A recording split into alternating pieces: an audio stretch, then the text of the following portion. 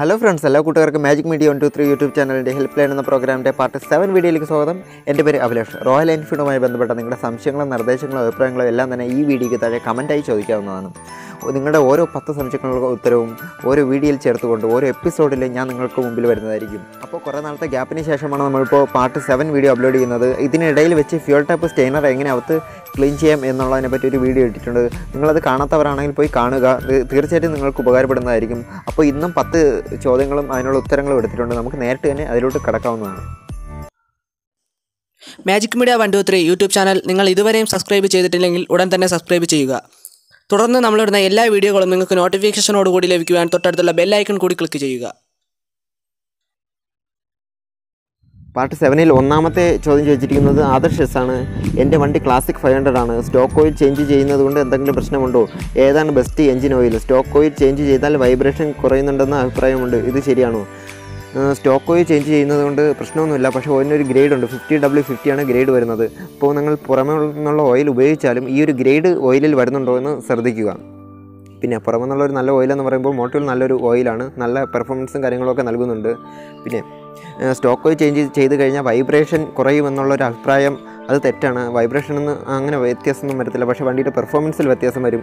അത് മാത്രമാണ് ആകുള്ളൊരു വ്യത്യാസം. വൈബ്രേഷനിൽ വ്യത്യാസം വരുമെന്ന് പറയാൻ കഴിയത്തില്ല. അത് തെറ്റായിട്ടുള്ളൊരു ധാരണയാണ്.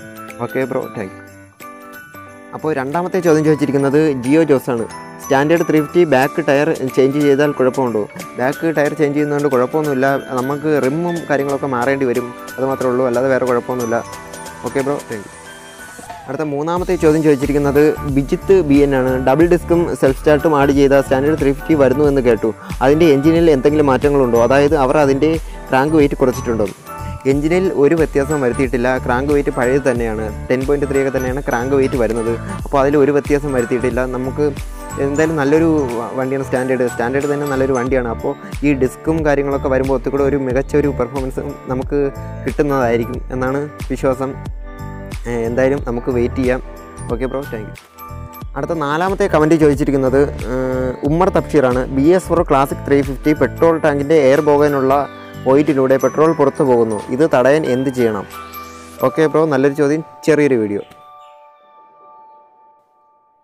ഇങ്ങനെ പെട്രോൾ ടാങ്കിലുള്ള ഇവാപ്പ് സിസ്റ്റത്തിൻ്റെ റൂട്ടിൽ കൂടി പെട്രോൾ വരുന്നുവെങ്കിൽ നിങ്ങൾ ഒരു കാര്യം പ്രത്യേകം ശ്രദ്ധിക്കുക. പമ്പിൽ നിന്നും എപ്പോഴെങ്കിലും ഫുൾ ടാങ്ക് പെട്രോൾ അടിച്ചിട്ടുണ്ടോ? നിങ്ങൾ പമ്പിൽ ചെന്ന് ഫുൾ ടാങ്ക് പെട്രോൾ അടിക്കാൻ ആവശ്യപ്പെടുമ്പോൾ അവിടുത്തെ സ്റ്റാഫ് ടാങ്ക് നിറഞ്ഞു നിൽക്കുന്ന രീതിയിൽ പെട്രോൾ അടിച്ചു കഴിഞ്ഞാൽ അത് ടാങ്കിൻ്റെ വായ്ഭാഗത്തുള്ള BS4 വണ്ടിയുടെ ഇവാപ്പ് സിസ്റ്റത്തിൻ്റെ ഹോളിൽ കൂടി പെട്രോൾ ഇറങ്ങുന്നതിന് കാരണമാകാം. ഇങ്ങനെ ഇവാപ്പ് സിസ്റ്റത്തിൻ്റെ ഹോളിൽ കൂടി ഇറങ്ങുന്ന പെട്രോൾ കാനിസ്റ്ററിൽ എത്തപ്പെടുവാൻ ചാൻസ് ഏറെയാണ്. ഇങ്ങനെ കാനിസ്റ്ററിൽ പെട്രോൾ ഇറങ്ങുകയാണെങ്കിൽ കാനിസ്റ്റർ കംപ്ലൈൻറ്റ് ആവുകയും അത് വണ്ടിയിൽ മിസ്സിംഗ് ആയി അനുഭവപ്പെടുകയും ചെയ്യുന്നു. നിങ്ങൾ പെട്രോൾ അടിക്കുമ്പോൾ നിങ്ങളുടെ ടാങ്കിൻ്റെ കപ്പാസിറ്റി എത്രയാണോ കമ്പനി പറഞ്ഞിരിക്കുന്നത് അത്രമാത്രം അടിക്കുക. 13.5 ലിറ്റർ കപ്പാസിറ്റിയുള്ള ടാങ്കിൽ അതിൻ്റെ ഫുൾ ടാങ്ക് എന്ന് പറയുന്നത് 13.5 ലിറ്റർ മാത്രമാണ്. ഈ ലെവലിനെയാണ് ഫുൾ ടാങ്ക് എന്ന് പറയുന്നത്. ഇങ്ങനെ ടാങ്ക് കപ്പാസിറ്റി നോക്കി പെട്രോൾ ഫുൾ ടാങ്ക് അടിച്ചാൽ അതാണ് ശരിയായ ഫുൾ ടാങ്ക്. അല്ലാതെ ടാങ്കിൽ തുളുമ്പി നിൽക്കുന്ന രീതിയിൽ പെട്രോൾ അടിച്ചു കഴിഞ്ഞാൽ, പ്രത്യേകിച്ച് BS4 വണ്ടിയിൽ, അത് ക്ലാസിക്കിൻ്റെ 13.5 ലിറ്റർ കപ്പാസിറ്റിക്ക് മുകളിൽ പോകുന്നു. ഇങ്ങനെ സംഭവിച്ചാൽ അതിനെ ഫുൾ ടാങ്ക് എന്നല്ല പറയുന്നത്, ഓവർ ടാങ്ക് എന്നാണ്. ഇങ്ങനെ ഓവർ ടാങ്ക് അടിക്കുമ്പോഴാണ് ഇവാപ്പ് സിസ്റ്റത്തിലേക്ക് പെട്രോൾ ഇറങ്ങുന്നതും വണ്ടിയിൽ അത് മിസ്സിങ്ങിന് കാരണമാകുന്നതും. BS4 വണ്ടികളിൽ മിസ്സിംഗ് കൂടുതലായും വരുന്നതിന് കാരണം ഈ ഒരു കാര്യം അറിയാതെ വണ്ടി ഷോറൂമിൽ നിന്നും ഇറക്കി വണ്ടി എടുത്ത സന്തോഷത്തിൽ പലരും ഫുൾ ടാങ്ക് എന്ന് പറഞ്ഞ് ഓവർ ടാങ്ക് പെട്രോൾ അടിക്കുന്നു. ഇങ്ങനെ ചെയ്യുന്നത് മൂലമാണ് BS4 വണ്ടികൾക്ക് ഇപ്പോൾ പൊതുവെ മിസ്സിംഗ് എന്ന പേരുദോഷം ഉണ്ടാകാൻ ഇടയായത്. ഈ കാര്യങ്ങളൊക്കെ മനസ്സിലാക്കിയാൽ മിസ്സിംഗ് പോലുള്ള കംപ്ലൈൻറ്റ് വരാതിരിക്കുവാൻ നിങ്ങൾക്ക് തന്നെ ശ്രദ്ധിക്കുവാൻ കഴിയും. അപ്പോൾ ഈ ഒരു ടിപ്പ് ഉപകാരപ്രദമായി എന്ന് വിശ്വസിക്കുന്നു. Thank you. അടുത്ത അഞ്ചാമത്തെ കമൻറ്റ് ചോദിച്ചിരിക്കുന്നത് വിഷ്ണു പൊന്നപ്പനാണ്. ക്ലാസിക് 350 രാവിലെ എടുക്കുമ്പോൾ കിക്ക് സ്റ്റാർട്ട് ചെയ്ത് തന്നെ എടുക്കണോ എന്നാണ് ചോദിച്ചിരിക്കുന്നത്. അപ്പോൾ ചെറിയൊരു വീഡിയോ. വണ്ടി മോർണിംഗിൽ എടുക്കുമ്പോൾ കിക്ക് സ്റ്റാർട്ട് ചെയ്താൽ ബാറ്ററി ലൈഫിന് അത് ഉപകരിക്കും. ഇനിയിപ്പോൾ കിക്ക് സ്റ്റാർട്ട് ചെയ്യാൻ സാധിച്ചില്ലെങ്കിൽ വണ്ടി സെൽഫ് സ്റ്റാർട്ട് ചെയ്ത ശേഷം ഉടൻ തന്നെ ഗിയർ ഇട്ട് പോകാതിരിക്കുക. വണ്ടി സെൽഫ് സ്റ്റാർട്ട് ചെയ്യുകയാണെങ്കിൽ 1 മിനിറ്റെങ്കിലും വണ്ടി വാമപ്പ് ചെയ്ത് നിർത്തുക. അതിനുശേഷം മാത്രം വണ്ടി ഓടിക്കുക. ഇങ്ങനെ ചെയ്യുന്നതിന് കാരണം മോർണിംഗിൽ റെസ്റ്റിംഗ് കണ്ടീഷനിൽ ആയിരിക്കുന്ന ഓയിൽ റൊട്ടേറ്റ് ചെയ്ത് എൻജിൻ ഫുൾ സർക്കിൾ ചെയ്ത് വരാൻ ഉള്ള ടൈമാണ്. ഇങ്ങനെ 1 മിനിറ്റ് വാമപ്പ് ചെയ്യാൻ ഇടേണ്ടത് വണ്ടി മോർണിംഗിൽ സെൽഫ് സ്റ്റാർട്ട് ചെയ്യുന്ന സമയത്താണ്. കിക്ക് സ്റ്റാർട്ടാണ് മോർണിംഗിൽ ചെയ്യുന്നതെങ്കിൽ കിക്ക് സ്റ്റാർട്ട് ചെയ്യുമ്പോൾ തന്നെ റെസ്റ്റിംഗ് കണ്ടീഷനിലുള്ള ഓയിൽ എൻജിൻ ഫുൾ റൊട്ടേറ്റ് ചെയ്യുന്നു. അതുകൊണ്ട് തന്നെ കിക്ക് സ്റ്റാർട്ട് ചെയ്യുകയാണെങ്കിൽ വണ്ടി വാമപ്പിന് ഇടേണ്ട ആവശ്യമില്ല. ഇതാണ് മോർണിംഗിൽ കിക്ക് സ്റ്റാർട്ടും സെൽഫ് സ്റ്റാർട്ടും ചെയ്യുമ്പോൾ ശ്രദ്ധിക്കേണ്ട കാര്യം. അടുത്ത 6ാമത്തെ കമൻറ്റ് ചോദിച്ചിരിക്കുന്നത് അഖിൽ ജോഷയാണ്. എഞ്ചിനിൽ ഓക്സിഡേഷൻ മാർക്ക് വരാതിരിക്കാനും വന്നാൽ മാറ്റാനും എന്ത് ചെയ്യണം? ചെറിയൊരു വീഡിയോ.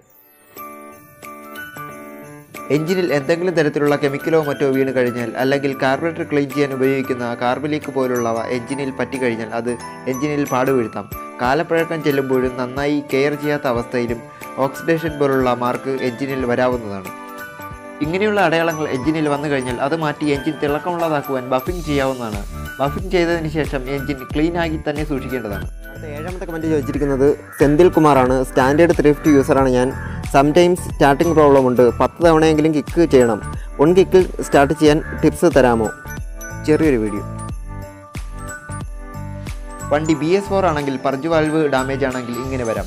അതുകൂടാതെ ടാങ്കിൽ എയർ ബ്ലോക്ക് ഉണ്ടെങ്കിലോ ഇവാപ്പ് സിസ്റ്റം പ്രോബ്ലം ആയാലോ പ്ലഗിൻ്റെ ഗ്യാപ്പ് കൂടിയാലോ കുറഞ്ഞാലോ ഒക്കെ കിക്ക് സ്റ്റാർട്ട് ചെയ്യാൻ പ്രയാസം അനുഭവപ്പെടുന്നതാണ്.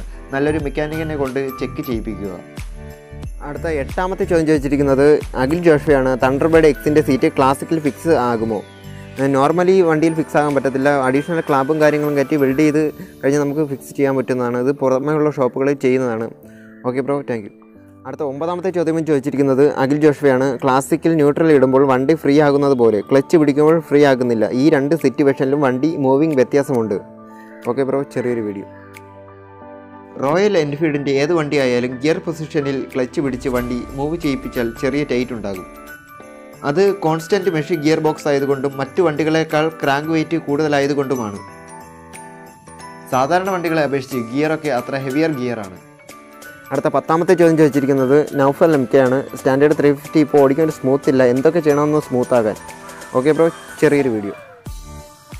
ചെയിൻ കംപ്ലൈൻറ്റ് ആണെങ്കിൽ അത് വണ്ടിയുടെ സ്മൂത്ത്നെസ് നഷ്ടപ്പെടുവാൻ വലിയൊരു കാരണമാണ്. ചെയിൻ കംപ്ലൈൻറ്റ് ഇല്ല എന്ന് ആദ്യമേ തന്നെ ഉറപ്പുവരുത്തുക. വണ്ടിയുടെ ബോർഡറൈസ് കിറ്റ് വീൽ ബെയറിംഗ് കംപ്ലൈൻറ്റ് ആണോ എന്ന് ചെക്ക് ചെയ്യിപ്പിക്കുക.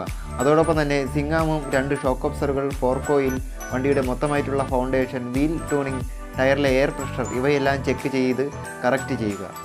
അപ്പോൾ ഇന്നത്തെ ഈ പാർട്ട് 7 വീഡിയോ നിങ്ങൾക്ക് ഉപകാരപ്രദമായി തോന്നിയെങ്കിൽ വീഡിയോ ലൈക്ക് ചെയ്യുക, മറ്റുള്ളവർക്ക് വേണ്ടി കൂടി ഷെയർ ചെയ്യുക. അപ്പോൾ അടുത്ത വീഡിയോയിൽ കാണുമ്പോഴേക്കും it's me Abhilash signing out. It's caught in the crossfire.